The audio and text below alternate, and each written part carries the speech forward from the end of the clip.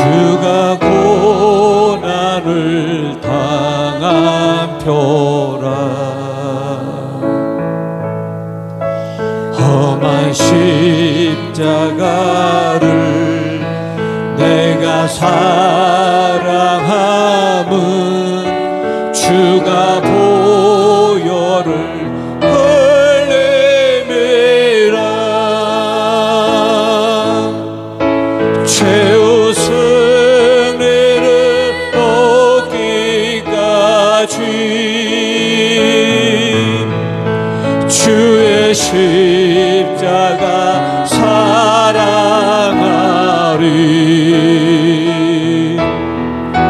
빛나며 멸류관 받기까지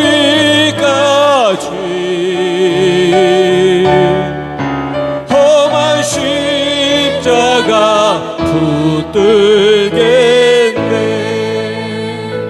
멸시함을 멸시 전대 받은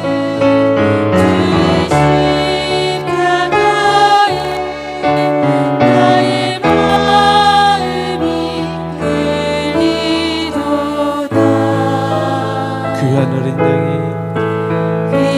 어린 양이 세상 죄를 지고 험한 십자가 지셨도다. 최후 승리를 얻기까지 주의 십자가 사랑하리.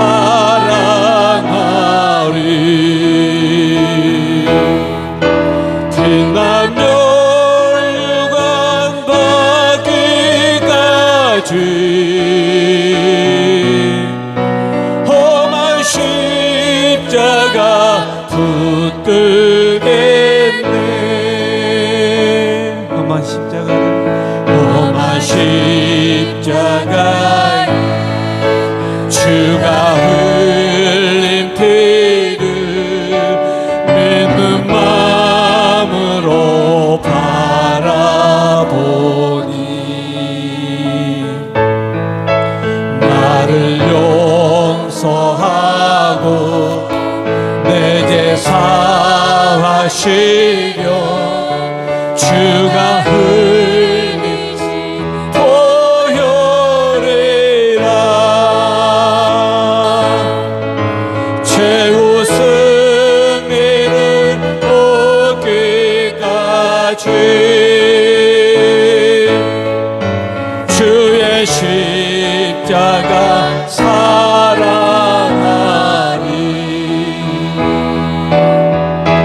빛난 멸류관 받기까지 험한 십자가 붙들겠네.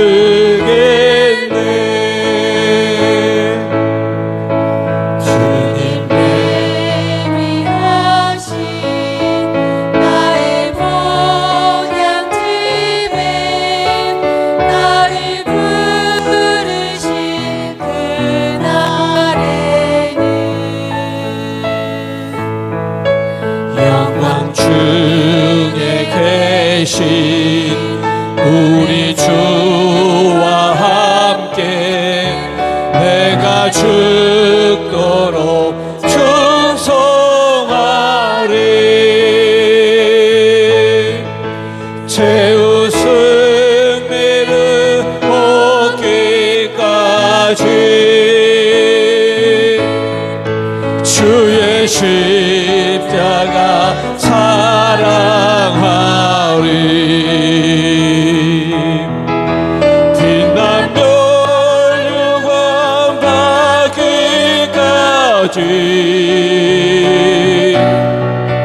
험한 십자가 붙들겠네. 최후 승리를 얻기까지 최후 승리를 얻기까지 주의 십자가 사랑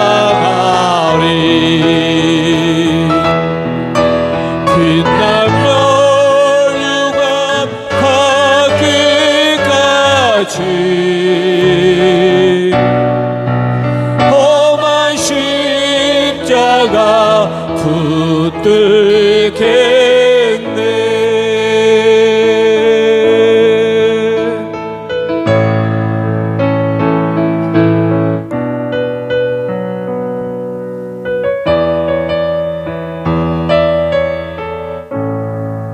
하나님을 우리의 하나님은 우리의 피난처가 되시며 환난 중에 우리의 힘과 도움이. 다시 한번 하나님은 우리의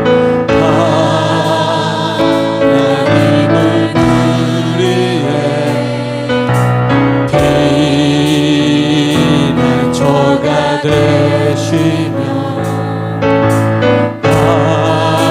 환난 중에 우리의 힘과 도움이시라. 너희는 가만히 있어 주가 하나님 내 말 주여다. 열방과 세계 가운데 주가 높임을 받으리라. 너희는 가만히 있어 주가 하나님 내 말 주여다. 열방과 세계 가운데 주가 높임을 받으리라.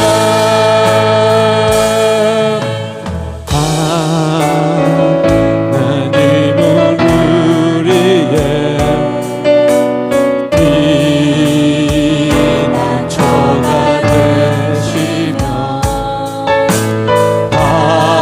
환난 중에 우리의 힘과 도움이. 너희는 가만히 있어 너희는 가만히 있어 주가 하나님 내 말 주여다. 열방과 세계 가운데 주가 높임을 받으리라. 사랑합니다. 사랑합니다. 내 아버지 찬양합니다. 내 혼맘 다하여 선포합니다. 예수 그리스도 주가 오심을 기다리며. 사랑합니다. 사랑합니다. 내 아버지 내 아버지 찬양합니다. 내 혼만 다하여 선포합니다. 예수 그리스도 주님 오심을 기다리며. 하나님은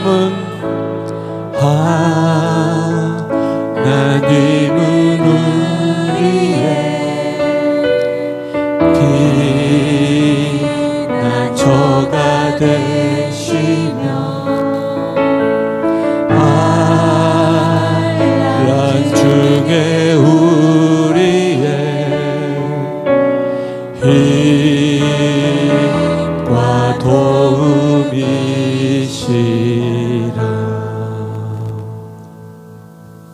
이 시간 다 같이 일어나셔서 찬양하겠습니다.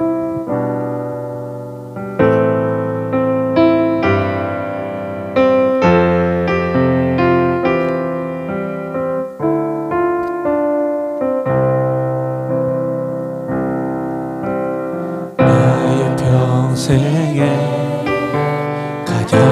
헛된 일은 내가 예수님을 만난 것이라.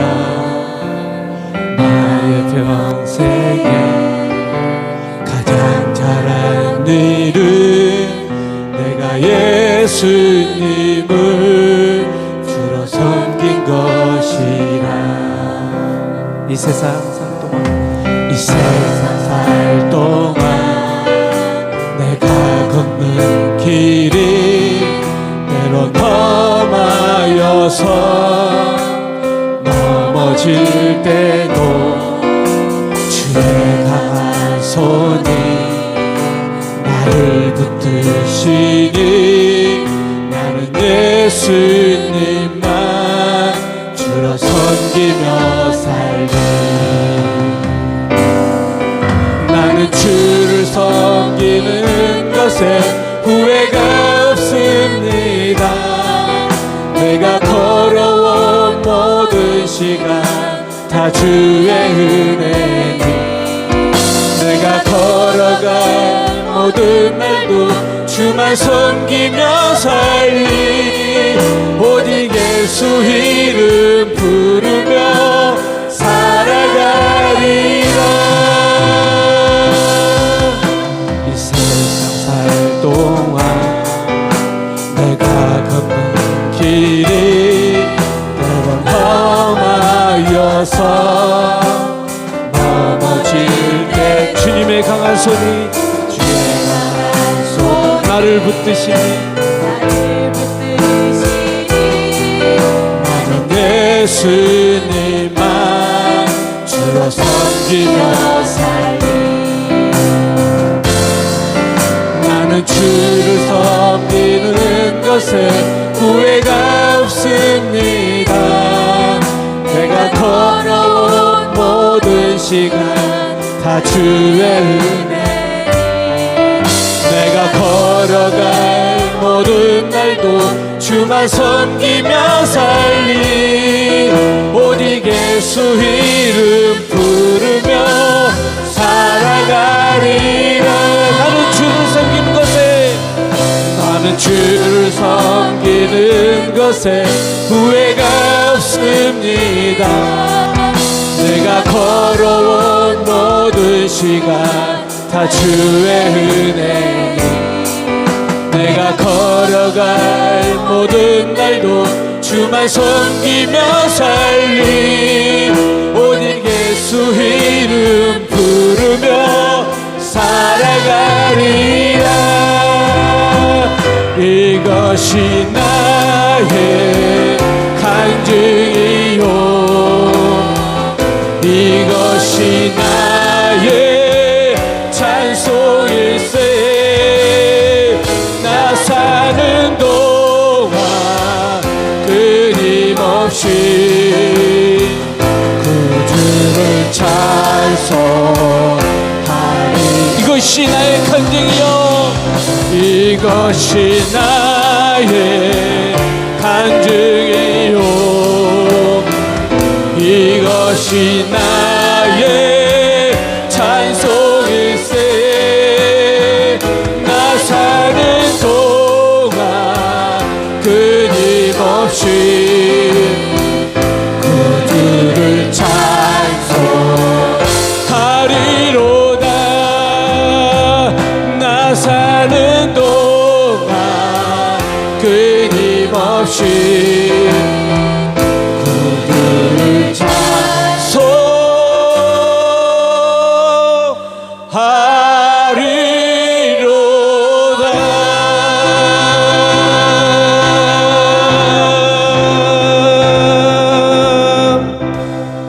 함께 기도드리겠습니다. 여러분 각자의 기도 제목으로 하나님의 보좌로 나아가시기를 바랍니다.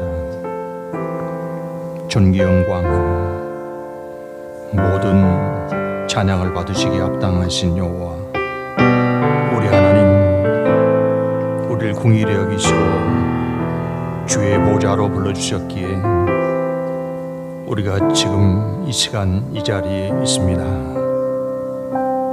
주를 사모하고 앙망하는 시간에 주의 얼굴을 우리에게 보이시며 한량없이 베푸시는 인자와 긍휼을 체험할 수 있게 하여 주시옵소서. 우리가 고하기 전에 필요를 아시고 채워주신 우리 하나님,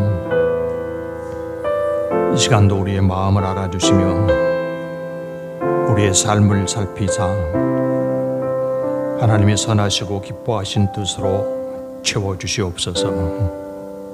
우리가 부족하오니 하나님의 크신 뜻에 풍성한 것으로 채워주시고, 우리가 연약하오니 하나님의 권세 능력으로 붙들어 주시며, 우리가 질병 가운데서 하나님의 치료를 기다려오니 능력의 손길을 어루만져 주심으로, 치료의 광선을 바라심으로, 살아있는 말씀이 우리에게 양약이 되게 하여 주심으로, 강건함으로 회복되는 은혜를 누릴 수 있게 하여 주시옵소서. 우리의 마음을 아시는 하나님, 아무것도 염려하지 말라 하셨고 두려워하지 말라 하셨사오니, 우리 심령에 하나님을 향한 강한 믿음을 더하여 주시고, 존귀하신 하나님을 믿고 의지함으로 담대히 걸어나가도록 마음에 역사하시며, 더욱 큰 믿음, 더욱 부요한 믿음으로 우리 심령을 충만케 하여 주시옵소서.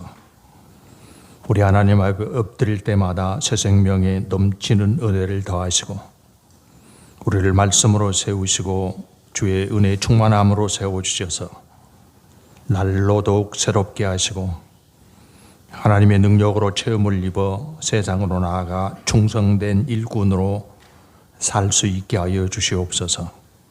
앞서 행하시는 여호와 하나님을 힘써 따르는 생활이 될 수 있게 하여 주시고, 우리 앞에 길을 내시고 문을 여시는 하나님의 풍성한 은혜를 누릴 수 있도록 허락하여 주시옵소서. 베푸시는 은혜를 실감나게 체험하면서 더 많은 믿음의 증거를 가질 수 있게 하여 주시고, 우리가 확신하는 바 하나님의 사랑과 은혜를 널리 증거 전파하며 영광을 돌릴 수 있게 하여 주시옵소서. 예배 시간에도 온전히 여호와 하나님만 바라볼 수 있게 하여 주시고, 하나님께서 우리에게 주시는 말씀에 청종할 수 있게 하여 주시며, 더욱 새로운 신앙의 결단을 가지는 시간이 되게 하여 주시옵소서. 예배하는 모든 곳에 임재하신 하나님께서 큰 권능, 능력의 역사로 채우시며 주를 찬양하는 자들로 말미암아 영광을 받으시옵소서. 시종에 하나님께서 예비하신 모든 은혜 충만한 것으로 우리에게 채워주실 줄을 믿어 감사를 드리옵고, 예수님 이름으로 기도하옵나이다. 아멘. 믿음은 바라는 것들의 실상이요 보이지 않는 것들의 증거니, 믿음으로 모든 세계가 하나님의 말씀으로 지어진 줄을 우리가 아나니,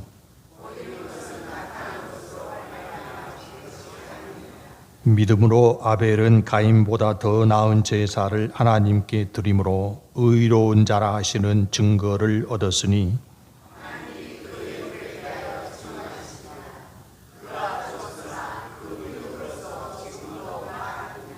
믿음으로 에녹은 죽음을 보지 않고 옮겨졌으니 하나님이 그를 옮기심으로 다시 보이지 아니하였느니라.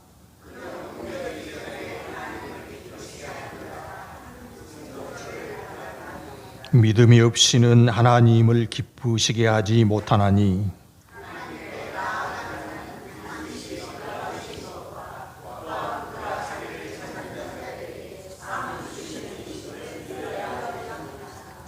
아멘. 전능하사 천지를 만드신 하나님 아버지를 내가 믿사오며 그의 아들 우리 주 예수 그리스도를 믿사오니, 이는 성령으로 잉태하사 동정녀 마리아에게 나시고 본디오 빌라도에게 고난을 받으사 십자가에 못 박혀 죽으시고 장사한 지 사흘 만에 죽은 자 가운데서 다시 살아나시며 하늘에 오르사 전능하신 하나님 우편에 앉아 계시다가 저리로서 산 자와 죽은 자를 심판하러 오시리라. 성령을 믿사오며 거룩한 공예와 성도가 서로 교통하는 것과 죄를 사하여 주시는 것과 몸이 다시 사는 것과 영원히 사는 것을 믿사옵나이다. 아멘. 성경 말씀 신약 로마서 4장에서 함께 보시겠습니다. 로마서 4장 16절에서 25절까지입니다. 로마서 4장 16절부터 25절까지 같이 읽겠습니다. 그러므로 상속자가 되는 그것이 은혜에 속하기 위하여 믿음으로 되나니 이는 그 약속을 그 모든 후손에게 굳게 하려 하심이라. 율법에 속한 자에게 뿐만 아니라 아브라함의 믿음에 속한 자에게도 그러하니 아브라함은 우리 모든 사람의 조상이라. 기록된 바 내가 너를 많은 민족의 조상으로 세웠다 하심과 같으니 그가 믿은 바 하나님은 죽은 자를 살리시며 없는 것을 있는 것으로 부르시는 이시니라. 아브라함이 바랄 수 없는 중에 바라고 믿었으니 이는 내 후손이 이 같으리라 하신 말씀대로 많은 민족의 조상이 되게 하려 하심이라.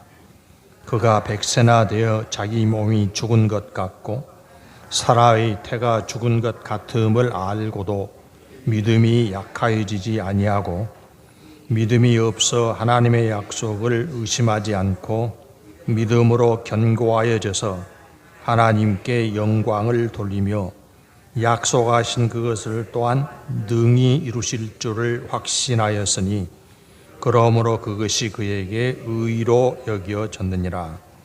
그에게 의로 여겨졌다 기록된 것은 아브라함만 위한 것이 아니요 의로 여기심을 받을 우리도 위함이니 곧 예수 우리 주를 죽은 자 가운데서 살리신 이를 믿는 자니라. 예수는 우리가 범죄한 것 때문에 내줌이 되고 또한 우리를 의롭다 하시기 위하여 살아나셨느니라. 아멘. 모든 살아있는 것은 끊임없는 변화를 계속해서 이루어갑니다. 나무 한 그루를 살펴보더라도 그렇습니다. 가을이 되면 이파리가 다 떨어지고 겨울에는 앙상한 가지만 남습니다. 그런데 그 모습 그대로가 아니고 봄이 되면 거기서 새싹이 돋아나고 꽃도 피고 더 시간이 지나면 열매를 맺는 엄청난 변화가 이루어집니다. 나무가 끊임없이 이파리를 내고 끊임없이 뿌리가 영양을 공급하기 때문에 그런 생명력이 지속된다고 하겠습니다. 사람도 마찬가지입니다. 낮 동안 열심히 일해서 몸이 지치지만 밤시간에 수면을 잘 취하면 그 다음날 회복되어서 다시 건강한 생활을 계속해 나아갈 수 있습니다. 우리가 바이러스의 감염으로 감기에 들었을 때에도 우리 몸에서는 엄청난 변화가 일어나죠. 그 바이러스와 싸우는 전쟁이 시작되고 대략 일주 정도의 시간이 지나면 바이러스를 물리치고 건강이 회복되는 그런 경험을 하게 됩니다. 여러분, 만약 어떤 사람이 밤 10시에 잠이 들었는데 다음날 정오까지 깨어나지 않고 그대로 있다. 그러면 심각한 문제가 있는 것이라고 해야 되지 않겠습니까? 물론 요즘은 또 너무 늦게 자고 정오까지 잠이 들어있는 사람도 있기는 합니다만, 보통 사람은 10시, 11시에 잠이 들면 그 다음날 이른 아침에 반드시 깨어나게 되어 있습니다. 그런데 저녁에 잠자리에 든 사람이 정오 12시가 되어도 그 상태 그대로 있다. 그러면 어떻게 해야 되겠습니까? 흔들어 봐야 되죠. 숨을 쉬고 있는가 확인도 해 봐야 되죠. 그 상태가 계속된다고 하면 심각한 문제가 아닐 수 없을 것입니다. 우리가 종종 질병의 고통을 당하기는 하지만 우리 몸은 끊임없는 변화를 통해서 건강이 회복되는 그런 능력을 가지고 있습니다. 그걸 생존 능력이라고 그러죠. 우리 몸이 수많은 세포로 구성이 되어 있는데요. 날 때부터 죽을 때까지 그 세포를 그대로 가지고 가는 것이 아니라 사는 동안 수없는 변화가 일어나죠. 원래 세포는 죽고 새로운 세포로 바꾸어지는 그런 변화가 생존하는 동안 계속된다고 하겠습니다. 건강뿐만 아니라 우리 삶의 전반에 걸쳐서 변화가 끊임없이 일어나야 할 것이고, 대부분의 사람들은 그런 변화를 추구하면서 살아가고 있습니다. 만약 변화를 이루지 못하면 그것은 바로 퇴보라고 할 수 있고, 퇴보는 인생의 실패를 불러오게 될 것입니다. 그런데 믿음에서는 변화가 더더욱 강조됩니다. 우리는 믿음에서 새 생명을 얻는다고 확신을 합니다. 그렇게 믿음으로 얻은 새 생명은 날마다 자라나야 하고, 우리는 그렇게 자라나는 것을 변화와 성장이라고 표현을 합니다.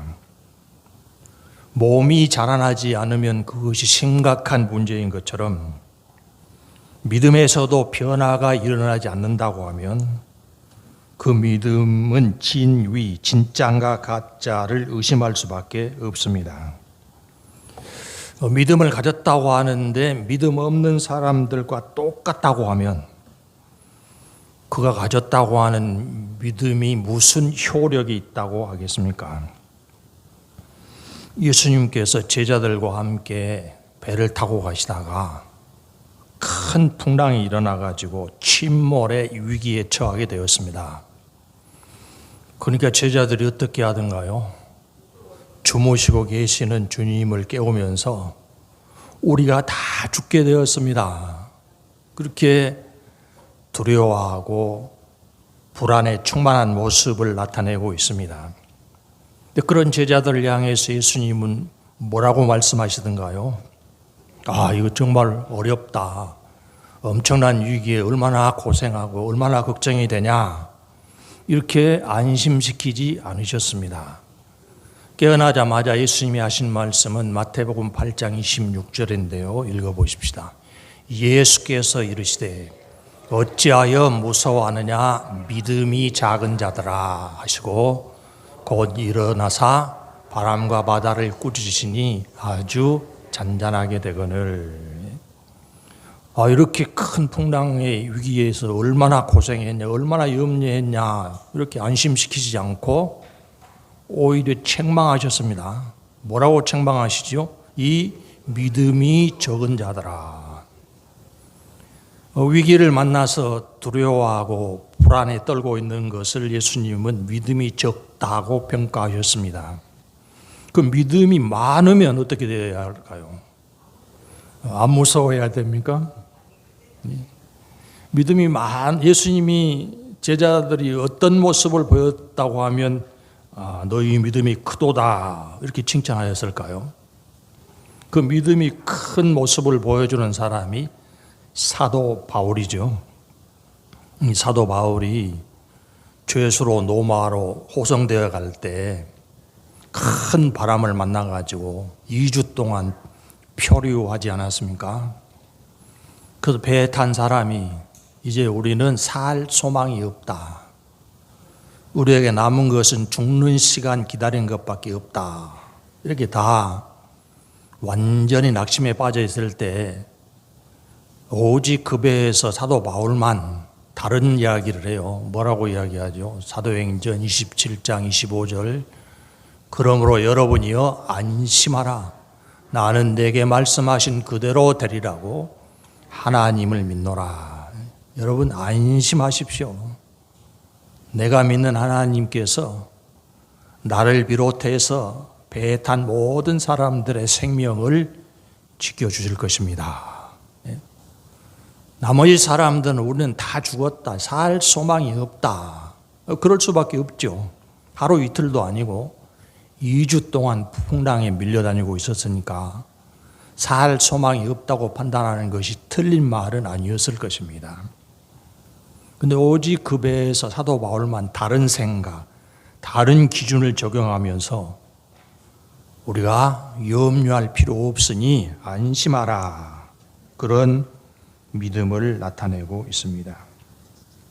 여러분, 그런 엄청난 위기에서만이 아니고 예수님께서는 마땅히 믿음 없는 사람은 염려하고 두려워해야 될 일 속에서도 염려하고 두려워할 필요가 없다.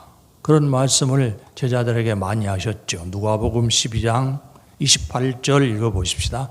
오늘 있다가 내일 아궁이에 던져지는 들풀도 하나님이 이렇게 입히거든 하물며 너희일까 보냐 믿음이 작은 자들아. 어떤 사람들 향해서 하신 말씀입니까? 하나님을 믿는다고 하면서도 무엇을 먹을까, 무엇을 입을까, 어떻게 살아갈까, 삶에 대한 염려를 많이 하는 사람들에게 너희는 믿음이 적다. 아니, 전능하신 하나님을 믿는다고 하면서 왜 염려하냐. 이렇게 나무라는 말씀이라고 하겠습니다. 하나님은 우리 모두에게 믿음을 주셨고 믿는 자가 누릴 은혜와 복된 약속을 주셨습니다. 하나님이 주신 약속이 그대로 내 인생에서 이루어진다고 믿으면 삶에서는 끊임없는 변화가 반드시 일어나야 됩니다. 어떤 변화가 이루어져 나가야 할까요? 우리가 본문으로 들어가 보도록 하겠습니다. 본문에 아브라함이 나옵니다. 아브라함을 잘 아시지 않습니까? 아브라함은 제법 안정된 생활 근거를 가지고 별 걱정 없이 살아가고 있는 사람이었습니다.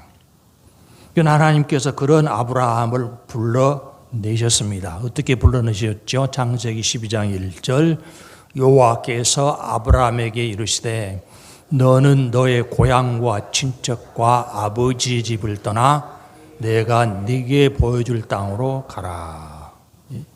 염려 없이 살고 있는 아브라함에게 염려하지 않아도 될 근거가 되는 고향, 친척, 아버지 집의 배경을 버리고 내가 지시할 땅으로 가라. 이렇게 말씀하셨습니다. 그렇게 명령하신 목적은 하나님께서 아브라함을 새롭게 변화시킬 이유가 있었기 때문입니다. 어떤 사람으로 변화시키십니까? 창세기 12장 2절 내가 너로 큰 민족을 이루고 내게 복을 주어 네 이름을 장대하게 하리니 너는 복이 될지라.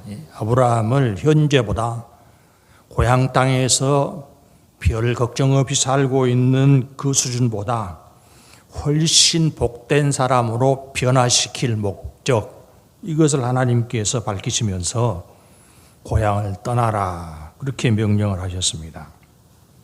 그런 부르심에 응답하는 것을 믿음이라고 하죠. 우리가 지금 믿음의 길을 가고 있는데 우리는 하나님으로부터 어떤 부르심을 받았습니까? 아브라함은 고향을 떠나라, 내가 너를 복이 되게 하리라. 이런 부르심을 받았었고, 우리는 어떤 부름을 받고 믿음의 길을 가고 있는가요? 어떤 부르심을 받으셨는지 요한복음 3장 16절입니다. 하나님이 세상을 이처럼 사랑하사 독생자를 주셨으니 이는 그를 믿는 자마다 멸망하지 않고 영생을 얻게 하려 하심이라. 하나님께서 믿음 없이 살아가는 우리를 부르셔서 이루실 목적이 있다. 변화를 통해서 이루실 목적이 있다. 그 목적이 뭡니까? 영생을 얻게 해주겠다. 우리가 목숨의 한계, 생명의 한계를 가지고 살아가지 않습니까? 세상 사는 사람 누구도 나는 죽지 않는다. 물론 그렇게 종종 헛소리를 하는 사람들이 있기는 합니다. 그런데 자기 힘으로, 자기 건강 관리로 죽지 않을 사람이 누가 있습니까? 안 죽는다고 말해도 자기 죽을 날이 다가오고 있다는 걸 다 알고 있죠. 그런데 그런 죽을 수밖에 없는 우리를 변화시켜 영생을 얻게 하려고 하나님께서 우리를 믿음으로 불러주셨습니다. 모든 죄를 사하시고 당신의 자녀로 삼으셔서 당신 나라의 영원한 복을 누리게 해주신 것이 우리를 향한 하나님의 변화의 목적이라고 하겠습니다. 아브라함이 그렇게 하나님의 부르심을 받았는데 본문의 말씀은 하나님의 부르심을 받은 아브라함이 어떻게 하나님이 주신 약속을 누렸는지를 설명을 하고 있습니다. 그렇게 설명하면서 믿는 우리들도 아브라함과 동일하게 하나님의 복을 누리게 된다. 이렇게 보장을 하고 있습니다. 16절을 다시 읽어보실까요? 그러므로 상속자가 되는 그것이 은혜에 속히 위하여 믿음으로 되나니 이는 그 약속을 모든 후손에게 굳게 하려 하심이라.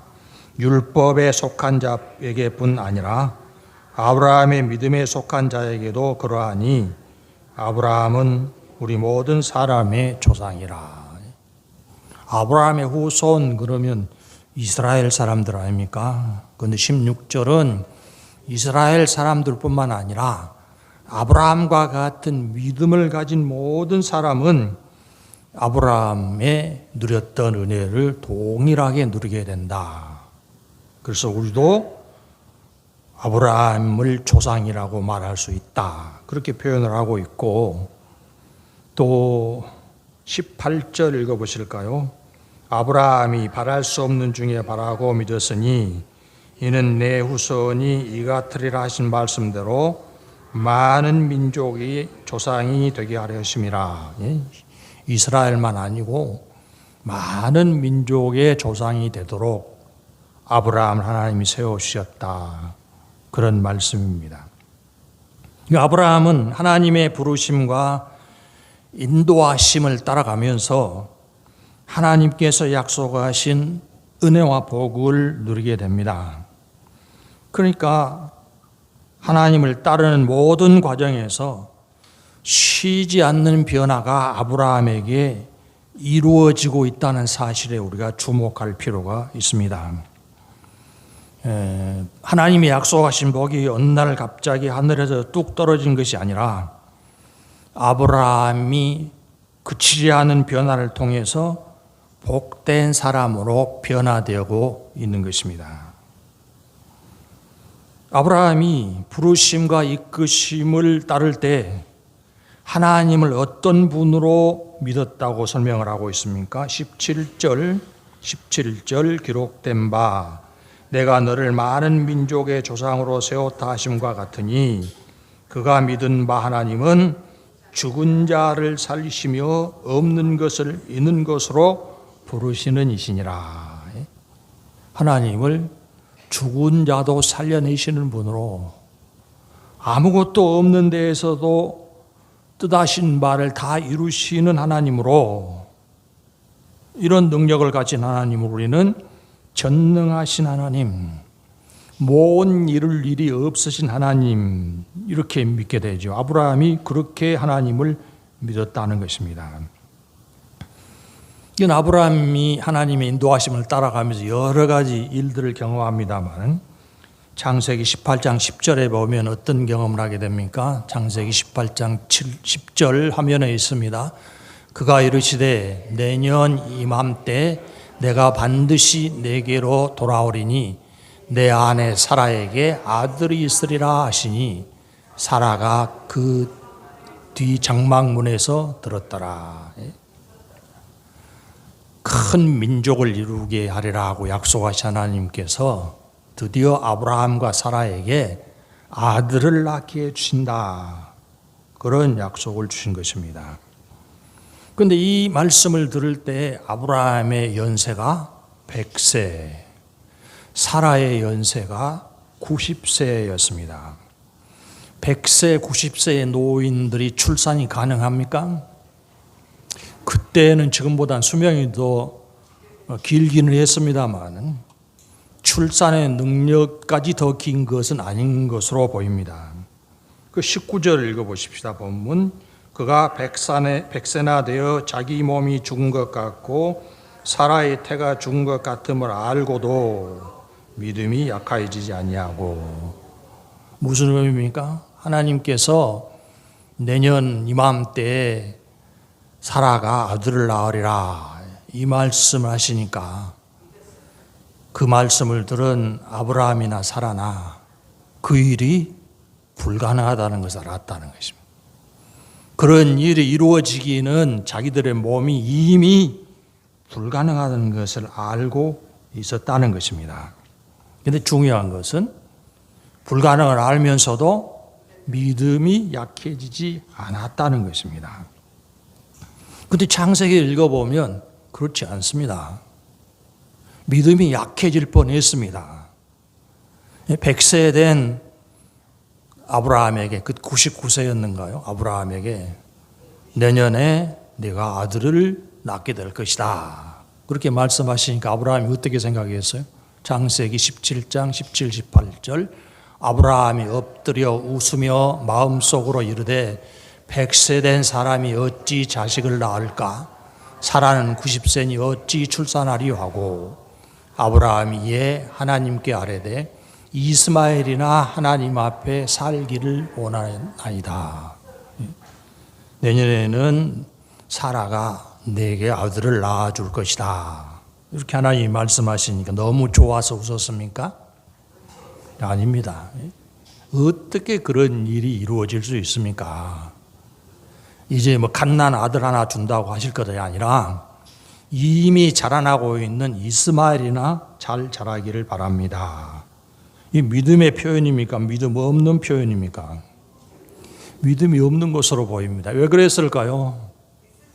자기들 나이에 임신이 불가능하다는 것을 너무나 잘 알고 있었기 때문입니다. 사라는 어떻게 반응했는가요? 사라 18장 12절 사라가 속으로 웃고 이르되 내가 노쇠하였고 내 주인도 늙었으니 내게 무슨 즐거움이 있으리요.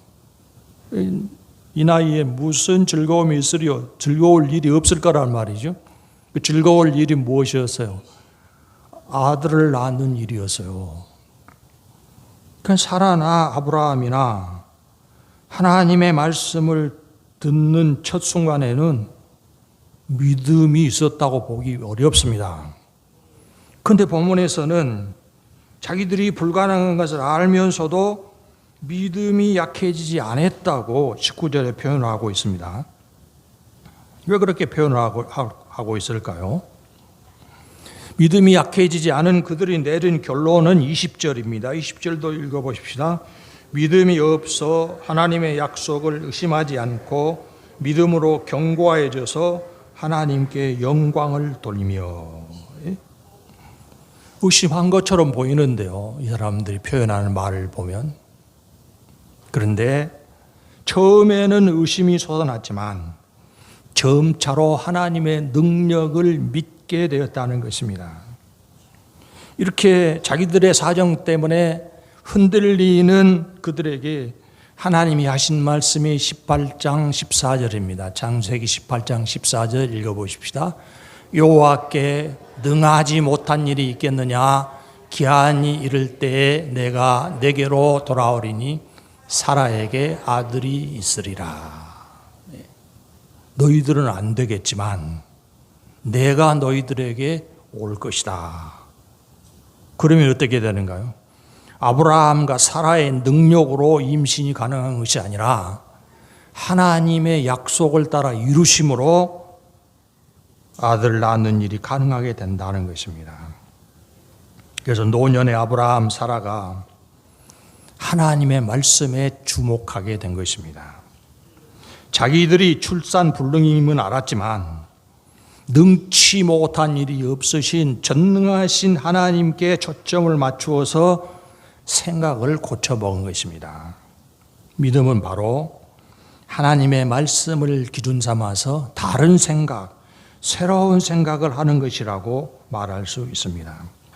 생각이 새로워져야 행동에서도 삶에서도 변화가 일어날 수 있게 되는 것입니다. 만약 아브라함, 사라가 자기들의 판단, 자기들의 생각만에 계속 끌려갔다고 하면 결코 100세, 90세에 아들을 낳지 못하고 그것으로 끝났을 것입니다. 그런데 부부는 줄곧 하나님의 말씀만 기준으로 삼았습니다. 그래서 어떤 생각, 어떤 믿음을 가졌다고 말하고 있습니까? 17절에도 아까 읽었지만 기록된 바 내가 너를 많은 민족의 조상으로 세웠다 하심과 같으니 그가 믿은 바 하나님은 죽은 자를 살리시며 없는 것을 있는 것으로 부르시는 이시니라. 하나님이 맨 처음 주신 약속으로 돌아가서 어떤 약속을 주셨어요?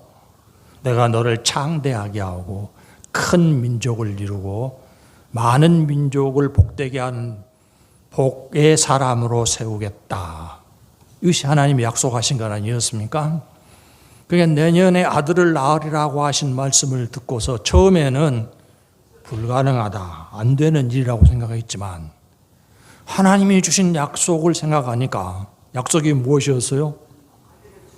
큰 민족을 이루고 그 전에도 여러 번 말씀하셨어요. 내 후손이 하늘의 별과 같고 바다의 모래와 같이 될 것이다. 이런 말씀을 두 사람이 계속 묵상을 한 것입니다. 그러면 없는 것도 있는 것으로 만들어내신 하나님이시니까 100세, 90세 임신의 능력이 없지만 하나님이 함께 하시면 가능하게 되리라는 믿음을 불러 일으킬 수 있었던 것입니다. 그냥 모든 것이 불가능해도 하나님의 약속만 계속 바라볼 수 있었던 것입니다. 그렇게 했다는 것이 18절에 나오죠.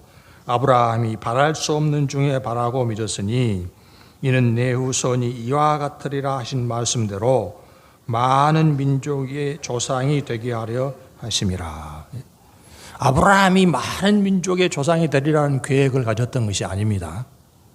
하나님께서 그런 변화와 그런 결론을 만들어내시겠다고 약속을 하신 것입니다. 그래서 그 하나님의 약속을 굳게 붙잡으면서 마음에서 일어나는 의심을 물리칠 수 있었고 결국에는 그 믿음이 확신, 믿음 100%에 이르게 되었다고 21절에 설명을 하고 있습니다. 21절 약속하신 그것을 또한 능히 이루실 줄 확신하였으니 생각이 바뀌고 기대가 바뀌어서 1년이 지나니까 어떤 일이 일어났습니까? 이삭이 태어났지 않습니까? 그래서 하나님께 진실된 영광을 돌려보낼 수 있게 된 것입니다. 그런데 더 중요한 것이 있습니다. 22절입니다. 읽어보십시다. 그러므로 그것이 그에게 의로 여겨졌느니라. 무엇이요? 하나님을 믿는 그 믿음이 어떤 분으로 믿는 믿음이요? 전능하신 분, 모든 일이 없는 하나님으로 믿는 그 믿음을 보시고 아브라함을 의로 인정을 해 주셨다. 구원 얻을 만한 믿음의 수준으로 합격 판정을 내리셨다는 의미라고 하겠습니다. 여러분, 구원 얻는 믿음은 어떤 믿음이죠? 구원 얻는 믿음, 어떤 믿음이에요? 여러분은 어떤 믿음을 가지고 구원의 확신을 가지십니까? 십자가의 예수님이 내 죄를 사하시는 구세주 되심을 믿는 믿음이라고 하지 않겠습니까?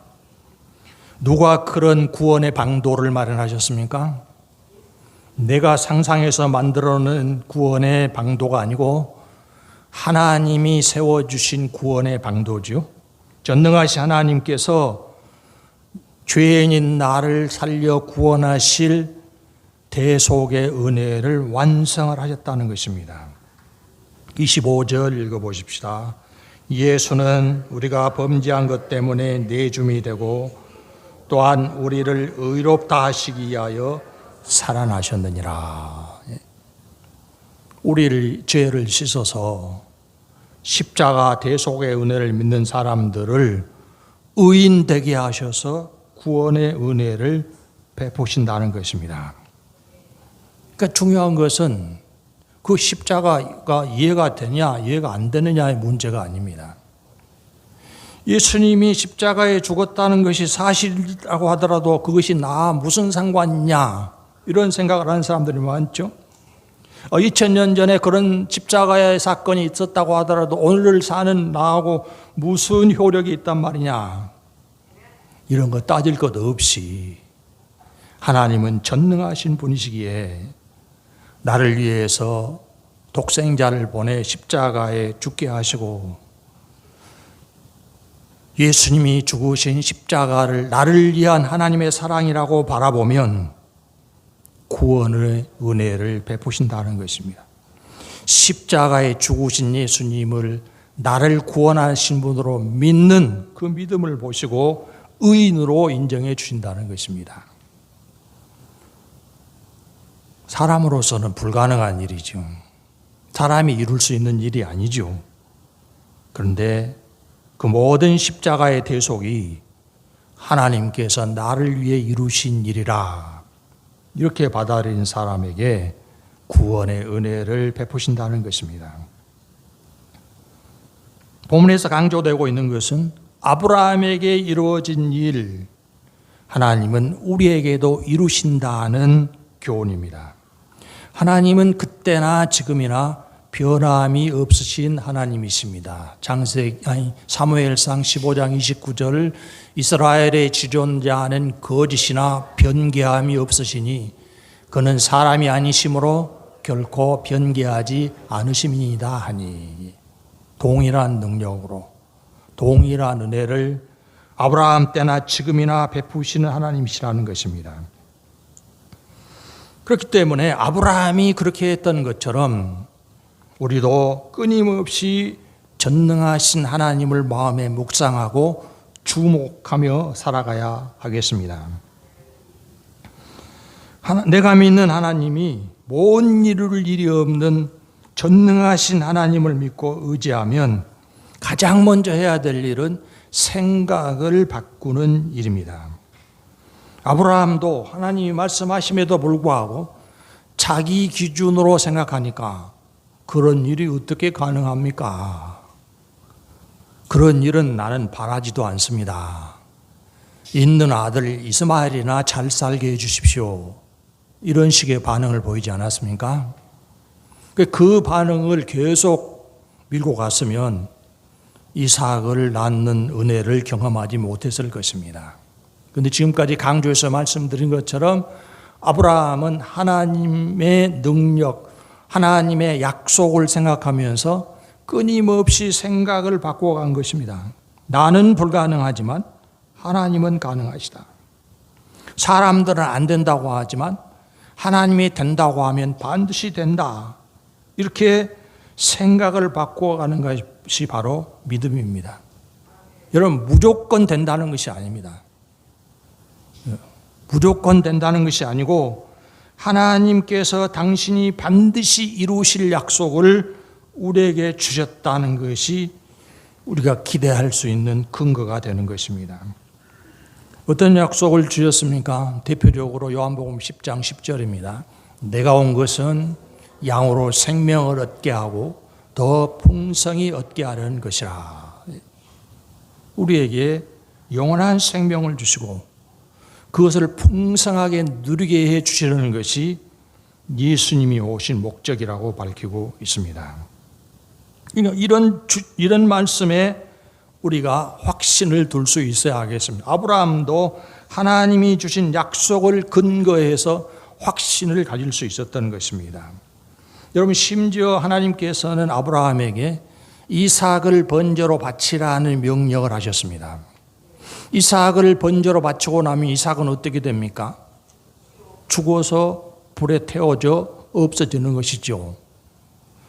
그 하나님의 명령, 이삭을 번제로 바치라는 명령을 아브라함은 어떻게 준수하던가요? 실제로 이삭을 묶어서 제단 위에 올려놓고 칼을 들어서 죽이려고 했습니다. 그런데 어떻게 그렇게 무모한 일을 실천할 수 있었죠? 믿음으로. 뭘 믿음으로요? 하나님이 주신 약속을 믿음으로 아브라함은 그것을 행동으로 옮길 수 있었다. 그래서 히브리서 11장 19절에 보면 그 믿음이 어떤 믿음이었는지를 잘 설명하고 있습니다. 그가 하나님이 능히 이삭을 죽은 자 가운데서 다시 살리실 줄로 생각한지라. 비유컨대 그를 죽은 자 가운데서 도로 받은 것이니라. 내가 이삭을 잡아서 번제로 드려도 하나님이 어떻게 하실 것이라고 믿었다고요? 죽어도 살아날 것이라고 믿었다. 왜 그런 생각을 하게 됐을까요? 아브라함이 하나님은 전능하신 분이니까 다 하시니까 살려내실 것이라 이렇게만 생각했을까요? 하나님께서 반드시 죽은 이삭일지라도 살려낼 것이라는 믿음의 근거가 있어야 되지 않겠습니까? 그 근거가 무엇이에요? 하나님이 주신 약속이에요. 어떤 약속이에요? 네 후손을 큰 민족이 되게 하겠다. 네 후손을 하늘의 별처럼 바다의 모래처럼 번성케 하시겠다고 약속하신 그 약속을 누구를 통해서 이루신다고 말씀하셨어요? 이스마엘 아니고 이삭을 통해서 이루신다고 말씀하셨어요. 그런데 이삭이 죽어서 없어지면 하나님의 약속은 어떻게 되는 것입니까? 끝나는 것이죠. 그렇게 끝내실 하나님이 아니라는 것을 아브라함이 믿었다는 것입니다. 이삭이 죽어서 끝나면 약속도 끝나는 건데 약속하시고 못 이뤄내신 하나님이 안심을 믿었기 때문에 그 약속이 이루어지려면 죽어도 살려내실 것이라고 믿었다는 것입니다. 여러분, 이런 믿음이 하루아침에 생긴 믿음이 아닙니다. 아브라함도 자신의 입장, 자기가 처한 환경 때문에 흔들릴 때도 많았습니다. 그런데 흔들리면 어떻게 하죠? 다시 하나님을 바라보고 다시 하나님의 약속을 상기시키고 아브라함이 그 일을 잘 못하면 하나님이 찾아오십니다. 내가 부자도 되고 하나님이 약속하신 많은 것이 이루어지는 체험을 했는데 한 가지 안 되는 것이 있습니다. 자식이 없습니다. 그 내가 가진 복을 다 자식이 없으니 종이 상속하게 되겠습니다. 이런 걱정을 하고 있을 때 하나님이 찾아오셨지 않습니까? 밤중에. 그래서 아브라함을 밖으로 불러내셔서 하늘을 보고 별을 세어봐라. 네 후손이 이와 같으리라고 말씀하셨습니다. 그러면 그때 아브라함은 그렇습니다. 하나님은 전능하신 분이십니다. 말씀한 대로 이루시는 분이시니 내 후손이 말씀하신 대로 하나님이 말씀하신 대로 번성할 것을 제가 믿습니다. 그 믿음을 보시고 아브라함을 의로 여기셨다는 것입니다. 여러분, 우리도 흔들릴 수 있습니다. 걱정이 생기고 두려워할 수 있습니다. 그런데 그것으로 매어서 그것으로 끝내서는 안 된다는 것입니다. 그걸 바꾸어 가야 된다는 거예요. 바꾸기 위해서는 제일 먼저 생각의 변화를 먼저 이루어야 된다는 것입니다. 내가 생각하고 내가 판단하는 대로 일이 진행되는 것이 아니라 온 세상을 주관하고 다스리신 하나님이 이루신다고 하는 대로 방향이 결정되고 결론이 날 것이라. 이런 생각을 우리도 끊임없이 해 나가야 됩니다. 우리가 그렇게 전능하신 하나님을 바라보고 믿고 따르면 새로운 변화가 내 안에서도 이루어지게 되고, 아브라함이 복된 사람으로 변화된 것처럼 우리 안에서도 그대로 변화되게 될 것입니다. 여러분 잘 아시는 히브리서 11장 1절 2절 읽어보십시다. 믿음은 바라는 것들의 실상이요 보이지 않는 데의 증거니 선진들이 이로써 증거를 얻었느니라. 믿음은 보는 것이 아닙니다. 믿음은 다 이루어졌을 때 사실이구나 확인하는 것이 아닙니다. 아직 안 이루어졌어도 이루어진 것과 똑같이 생각하는 것 믿음입니다. 보지 않았어도 본 것보다 더 확실하게 받아들이는 것이 믿음이라고 설명을 하고 있습니다. 그러니까 내가 알고 내가 경험하고 내가 본 것보다 하나님과 그 말씀을 더욱 진실된 것으로 인정하고 그 말씀을 따라가는 것이 믿음이고, 그 믿음에서 우리 안에 변화가 이루어지게 될 것입니다. 아직 안 이루어졌어도 하나님의 때에 반드시 이루어진다. 보지 못했어도 하나님의 당신의 영원한 나라로 나를 이끌어 가시고 그 나라를 나는 누리게 된다. 단순한 소망이 아니라 반드시 이루어질 소망으로 여러분 마음속에 새기고 부지런히 말씀을 따라 나아가면서 더 많은 변화에 이르는 분들이 되시기를 바랍니다. 기도하십시다. 우리 하나님, 우리를 믿음 가운데로 불러내시고 당신이 목적하신 바를 이루어내심을 감사를 드리옵나이다. 그러나 우리가 가는 길에 여러 가지 어려움도 있고 불안한 요소들도 있고 위험한 일들도 있습니다. 그러나 하나님이 전능하신 분이시기 때문에 넉넉히 지키시고 보호하시고 우리를 부르실 때 주셨던 약속을 반드시 성취해내실 것을 확신하는 믿음 위에 든든히 설 수 있게 하여 주시옵소서. 우리 삶에 여러 가지 어려운 일이 생길 때마다 그 문제만 바라보지 않고 모든 문제에 주관하시고 다스려서 선한 열매 나타내실 하나님을 부지런히 묵상하고 따라가면서 복된 삶의 풍성함을 누리는 성도들이 되게 하여 주시옵소서. 우리가 구하는 바에 넘치는 것을 허락하시는 우리 하나님께 감사를 드리옵고 예수님 이름으로 기도하옵나이다. 아멘.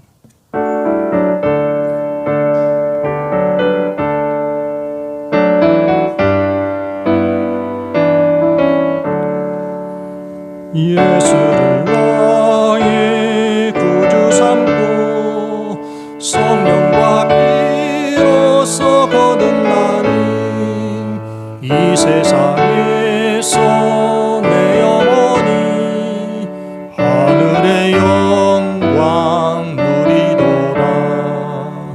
이것이 나의 간증이요 이것이 나의 찬송일세. 나 사는 동안 끊임없이 구주를 찬송하리로다. 온전히 주께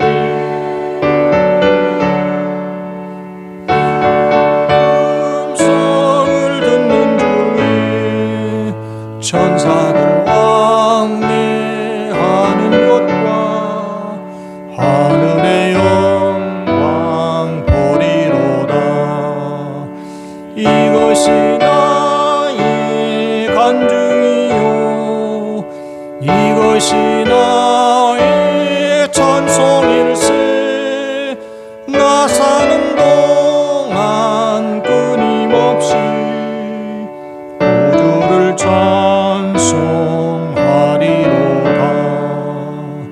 주 안에 기쁨 누림으로 마음의 풍랑이 잔잔하니 세상과 나는 간 곳 없고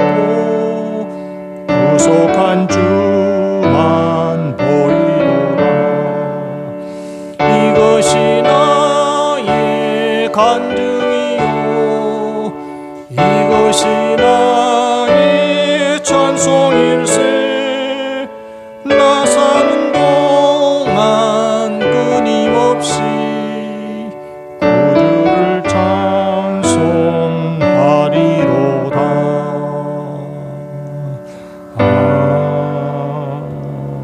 아멘. 봉헌 기도 드리겠습니다. 온 세상 다스려 역사하신 하나님께서 우리를 붙드시고 걸음걸음 인도하여 주심을 감사를 드리옵나이다. 아버지 하나님께서 얼마나 풍성한 복의 약속을 우리에게 주시는가를 날마다 확신하는 가운데 우리 삶에 채워주신 숨겨진 은혜와 복을 더욱 많이 찾아낼 수 있게 하여 주시고 감사함으로 누리는 성도들의 삶이 될 수 있게 하여 주시옵소서.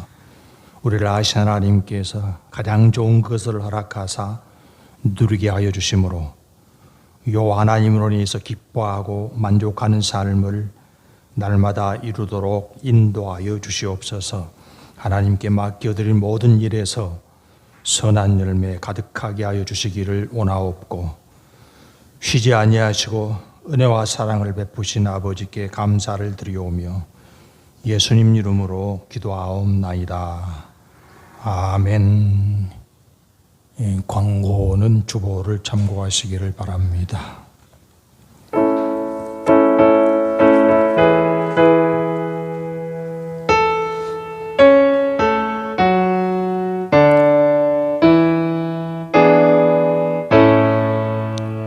성부 성자와 성령 찬송과 영광 돌려보내세 대초로 지금까지 또 영원 무궁토록 성삼위계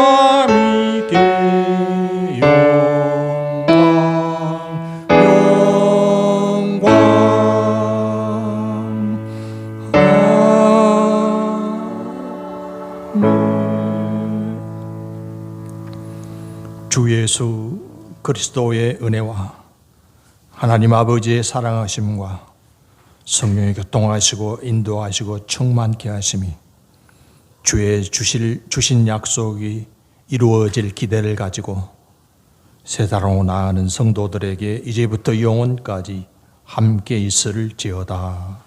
아멘.